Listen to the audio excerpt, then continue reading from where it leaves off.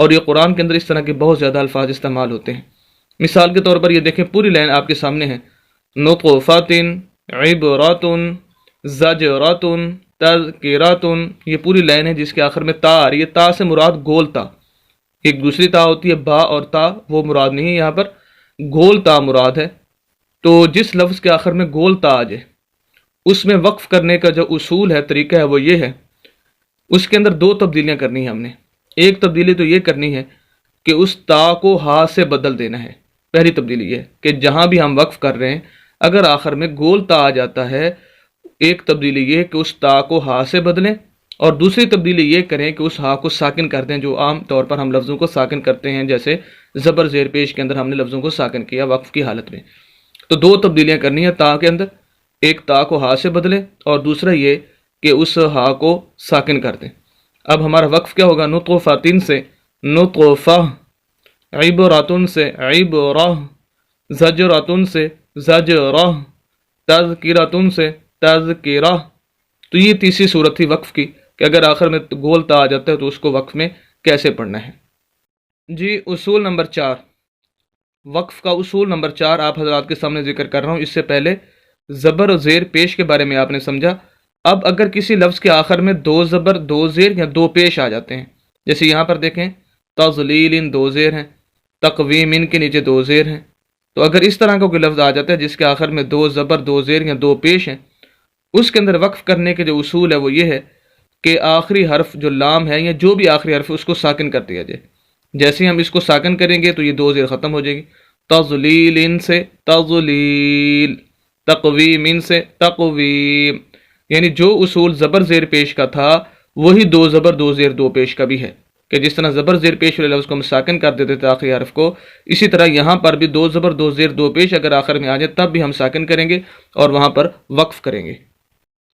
اصول نمبر 5 وقف کا، کہ اگر کسی لفظ کے آخر میں دو زبر اور اس کے آگے الف آ جاتا ہے، جیسے یہاں پر ہے قدحن، قضبن، کأسن، قدحن، یہ دو زبر اور اس کے آخر میں الف ہے، اور یہ بھی قرآن کے اندر اس طرح کے الفاظ بہت زیادہ استعمال ہوتے ہیں۔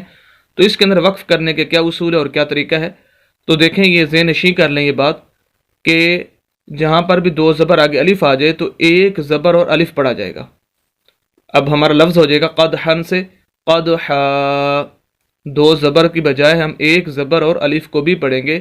یہ اصول ہوگا وقف کرنے کا اگر دو زبر آخر میں الف آ جائے، قدحن سے قدحا، قضبن سے قضبا، کأسن سے کأسا، قدحن سے قدحا۔ تو یہ اصول ہے، اصول نمبر 5 وقف کرنے کا۔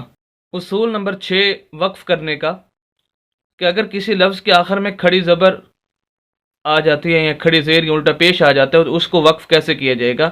مثال کے طور پر ہمارے پاس یہ لفظ ہے آپ کے سامنے، ابقا، ترضا، تنسا، یہ لفظ ہیں۔ اب اس میں جب ہم وقف کریں گے تو جیسے کھڑی زبر پڑھی جا رہی ہے ویسے ہی وقف کی حالت میں بھی ویسے ہی پڑھیں گے، اس کو ساکن کرنے کی یا کہ اور اس کے اندر تبدیلی کرنے کی ضرورت نہیں ہے۔ ابقا کو وقف کی حالت میں بھی ابقا ہی پڑھیں گے، ترضا کو وقف کی حالت میں بھی ترضا ہی پڑھیں گے، تنسا کو بھی وقف کی حالت میں تنسا ہی پڑھیں گے۔ اگر کھڑی زبر کھڑی زیر الٹا پیش آ جاتا ہے تو وقف کی حالت میں ویسے ہی پڑھیں گے۔ اصول نمبر 7، اگر کسی لفظ کے آخر میں کوئی لفظ آخر سے پہلے ہی ساکن ہو تو اس میں وقف کیسے کریں گے؟ جیسے یہ دیکھیں، یتلو، واو پہلے سے ساکن ہے، یدعو، واو پہلے سے ساکن ہے، تجری، یا پہلے سے ساکن ہے۔ تو یہاں پر وقف کیسے کریں گے؟ تو اس کا جواب یہ ہے کہ جو پہلے سے ساکن ہے اس کو مزید ساکن کرنے کی ضرورت نہیں، جیسے لکھا ہوا ہے ویسے ہی وقف کی حالت میں بھی ویسے ہی پڑھیں گے۔ یتلو کو یتلو ہی پڑھیں گے، یدعو کو وقف کی حالت میں بھی یدعو ہی پڑھیں گے، تجری کو وقف کی حالت میں بھی تجری ہی پڑھیں گے، دوبارہ اس کو ساکن کرنے کی ضرورت نہیں ہے۔ یا جیسے القت سے القت ہی پڑھیں گے، اس کو مزید ساکن نہیں کریں گے۔ اصول نمبر تقریباً 8 ہے غالباً، کہ اور یہ آخری انشاءاللہ ہوگا، کہ اگر کسی لفظ کے آخر میں شد آ جاتی ہے اس کا وقف کیسے کریں گے؟ اگر آخر میں شد آ جاتی ہے، جیسے یہ دیکھیں مما، اللہم، اگرچہ یہ ایک ہی لفظ ہے لیکن ہم اس کو الگ کر لیتے ہیں، سمجھنے کے لیے اس کو الگ کر لیتے ہیں۔ اب مثال کے طور پر یہ دیکھیں مما بھی یہ لفظ ہے۔ اب یہاں پر اگر ہم وقف کرنا پڑ جائے یا اللہم پر وقف کرنا پڑ جائے تو کیسے کریں گے؟ اس کا طریقہ یہ ہے کہ میم سے میم شد کو پڑھیں گے آخر سے، اللہم اللہم شد کو پڑھیں گے، میم پڑھی جائے گی لیکن زبر نہیں پڑھی جائے گی، اللہم، یہ اصول ہوگا۔